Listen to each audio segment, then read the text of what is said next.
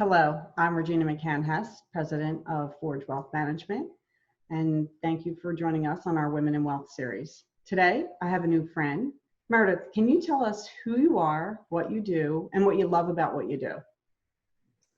So I'm Meredith McCann. I am the manager of human resources for JPL and our subsidiary, DaVinci Interactive.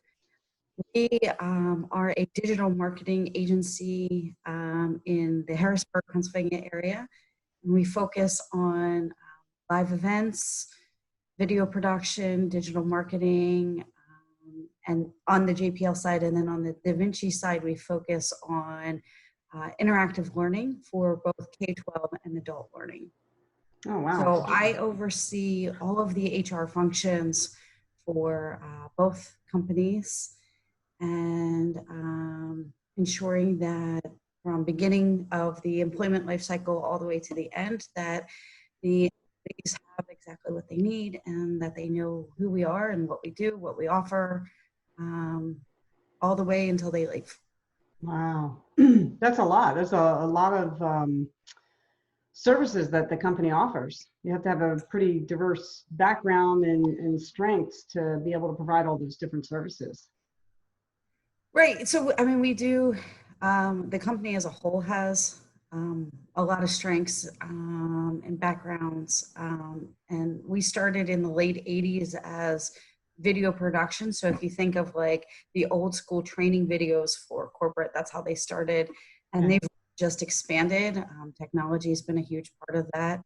And we continue to expand even on the live event side, from not being able to do events.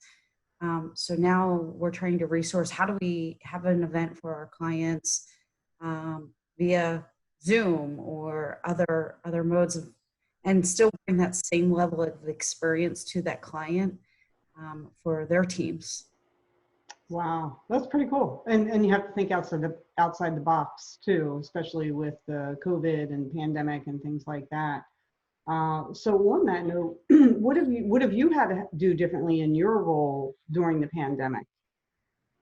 So with having about 130 employees, so we're traditionally based in about 4 states. So Pennsylvania, Maryland for our DaVinci location, and then we had a couple other employees spread out remotely. So now we have 130 employees that are all remote.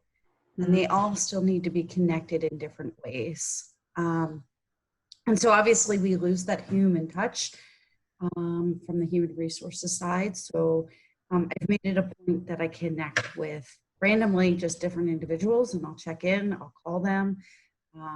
I've sent them cards.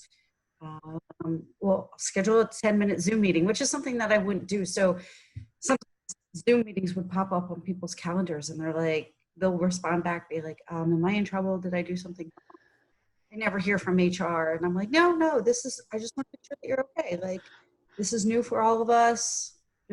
We don't have that normal that you can just pop in my office or give me a call. So I'm just checking in. Well, that's really cool. Yeah, so that's really helped with all of us to just stay connected and making sure that like I'm still their resource for anything that they need, from benefits to their 401k to just managing their employment. And so I feel like that's probably the most important thing that I have done, and it's completely different, but it's valuable. Yeah, but you know what? That is so high touch, though. The fact that you're reaching out to your employee unexpectedly and just letting them know that you care, that you're wondering how they're doing, how they're adapting, that really speaks volumes about you and your role in your company, and that you really do care about the employee. Right, and I really do care for each one of them, and I mean, we all know that this is hard. This is not something that's easy. And then when you have kids at home or you're just trying to adapt to a new way of life, finding that balance.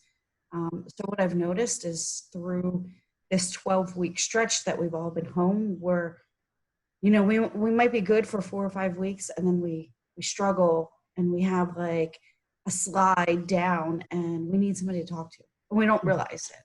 And I've I've noticed that as we continue this, that we're all hitting this transition point at different times. So I feel like my transition point where I was just like, I've had enough was probably like week 8.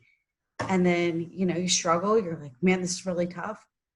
You find somebody, you talk to it about, and then you get through it and you're ready for the next 8 weeks. So, but it's really important to do that and to just make sure that like our employees, and it's a part of our culture that, hey, we're here and we're all doing this together. You're not alone. We'll figure it out. We might have to shift some work and that kind of thing, or find balance and ensure that you're taking your PTO and taking time for yourself. So. Yeah, and in your company, I know from some of your posts that I followed, you guys know how to have fun. You really know how to have fun. So I'm like, I admire that from afar, and I think that's awesome.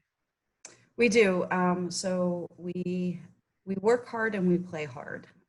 You know, we certainly enjoy a lot of the fun things that make up our office environment, from you know, a little tap room event to just getting everybody together on a social. We do some games, you know, we have food truck Fridays, that kind of thing. But I think that's part of what makes us a really great place to work and Absolutely. every day. Yeah, So absolutely. that and our leadership just is making it, that just puts us on the mark for being, Yeah. they're so supportive of every one of us. Yeah, I don't know many companies who do as much as your company does for their employees. It's just like, wow, I wouldn't mind working there. They have fun. I know you have to work hard, but you guys definitely have fun. So that's pretty cool. Yeah. So in your professional world, being a professional woman, have there been any challenges that you have had to overcome to, you know, keep achieving your level of professional satisfaction and growing in your field? I would say I've realizing over the last year that I really need to be an advocate for myself. And then through that, an advocate for other women. Mm-hmm. We're going through some of the same things. So recently I was a foster care parent, I had a little girl, she was 4, and you know, doing the single mom life, and it was really hard. And I realized like I needed to be an advocate for myself, and it was okay to say, I'm taking time off to be with her or to be with my family, and that's okay. Yeah. By the way, like, don't call me. Like, this is my time also. So I found that that's something that I really need to continue to do, is that I'm the only advocate out there for myself. So I need to making sure that I'm doing what I need to do in my personal life and that it reflects my professional life, so that I do have that balance. And it's okay to have that tough conversation to say, here's where I'm at personally.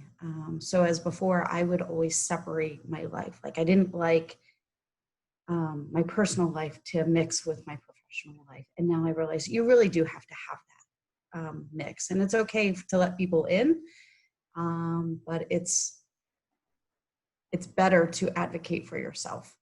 And I will tell you that you came to that realization much shorter than most women do, including myself. It took me a very, very long time. And after many years after having 3 children, to realize that, you know, I do need to put myself first sometimes and take care of me. So the fact that you came to that, you know, realization much quicker than most women, you have to pat yourself on the back for that, and keep doing it. Don't give in to like, oh, well, I'll just put it off this week and I'll get back to it next week. No, you got to keep doing it. Make it a habit. Make it a good habit. Right. Exactly.